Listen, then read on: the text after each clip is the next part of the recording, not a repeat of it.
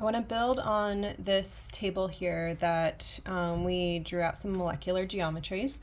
Once we've got Lewis structures, electron geometries, molecular geometries, we can think about, is the molecule polar? And we can also use electronegativities to add bond dipoles and molecular dipoles. Okay, so bond dipoles are when we have uneven bond electron sharing, and molecular dipoles are when we have uneven electrons in a molecule, okay?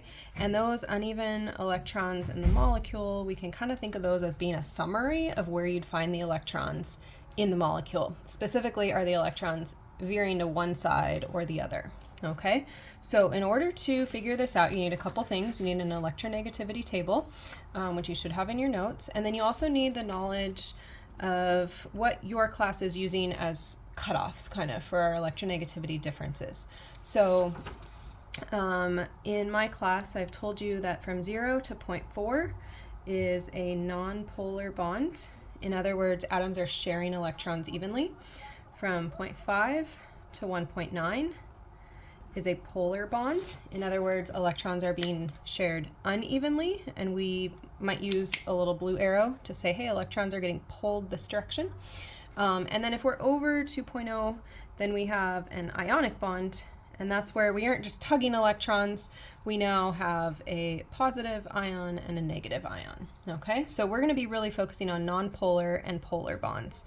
And key point to remember, carbon to hydrogen is gonna fall in this nonpolar bond category, so we will never put a bond dipole on C and H together, okay? So as we look at this carbon dioxide to start with, I want to find the electronegativities. So carbon 2.5, oxygen 3.5, 2.5, 3.5. Each bond dipole is evaluated separately from each other. So I'm looking at carbon and oxygen. Electrons are getting pulled to the oxygen.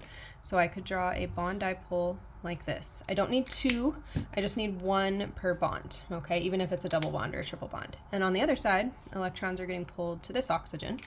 And so as I look at my molecule, I'm thinking about electrons being pulled out towards the oxygens, okay? Pulled out towards the oxygens. Those are equal and opposite pulls, and so there's not a favorite side for electrons to tip to, it's even. And because it's even, I can't say that I have uneven sharing across the molecule. So I would say that these bond dipoles cancel each other out, leading to a non-polar molecule. Or I would say, no, this is not a polar molecule. All right, let's take a look at the next molecule. So again, electronegativities. Carbon is going to be 2.5, oxygen 3.5, hydrogens are 2.1. And then I want to go through each of these bonds and evaluate if it needs a bond dipole, okay? If we have uneven electron sharing between those two atoms. Carbon and hydrogen, we always treat those as having even electron sharing, okay? So no bond dipoles on those. Carbon to oxygen, however, 2.5 to 3.5 gives me a difference of 1, so that tells me it's a polar bond. So I'm going to draw a bond dipole right at that bond to say electrons are getting pulled towards the oxygen. So electrons are getting pulled towards the oxygen. So that means on average, that's what my molecular dipole is going to come in and show me, is on average, where am I going to find electrons in this molecule? Up towards the oxygen. So use a really big arrow, or if you like colors, use a pink arrow, okay? And that's saying electrons are going to be found up in here. We're going to find a few more electrons. And so I would say, yes, this is a polar molecule. So here we have up above, we had bond dipoles that canceled and led to a nonpolar molecule. But now we have a single bond dipole that causes electrons to be in that side of the molecule, and it's a polar molecule. For an ion, we're going to skip this one because there its ionic character ends up being more important than anything else, so I'm not going to talk about polarity on that. Next molecule, I see C's and H's, okay? Immediately you want to be thinking C's and H's are always nonpolar. So if I have no bond dipoles, that means that this is a nonpolar molecule, which essentially means electrons are shared evenly across the whole molecule, all right? Moving down to NH3. All right, so NH3 here, okay, look up those electronegativities on your table. Nitrogen's 3.0, hydrogen is 2.1. And so as I look at those, electrons are going to get pulled towards the higher electronegativity, right? So along each bond, parallel to each bond, I'm going to say electrons are getting pulled towards nitrogen, okay? Now, this is what we're looking at here. If I think about each of these bonds, electrons are getting pulled to nitrogen, pulled to nitrogen, pulled to nitrogen. And I like to think about this like a cheerleader stunt where you've got the 3 on the base and they're pushing in and up. And so you end up with the average of all of those 3 pushing in is that I'm going to find electrons hovering more here at the top of the molecule. So electrons are going to be on the top half where the nitrogen is, and less so on the bottom half where the hydrogens are kind of pushing their electrons up.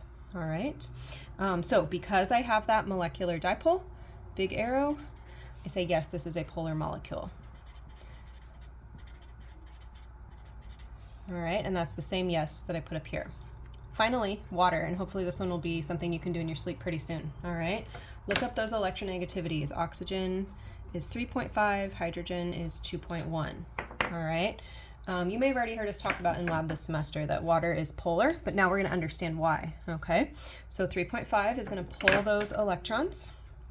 Oops, sorry, not pink, but a small arrow. So on this bond, electrons are getting tugged towards oxygen. On this bond, electrons are getting tugged towards oxygen. Those are my uneven bonds, okay? Now, when I look at those, this tells me that, hey, if these are both pulling electrons towards oxygen, then electrons are more likely to be found up here than they are down here, right? So more electrons up towards oxygen.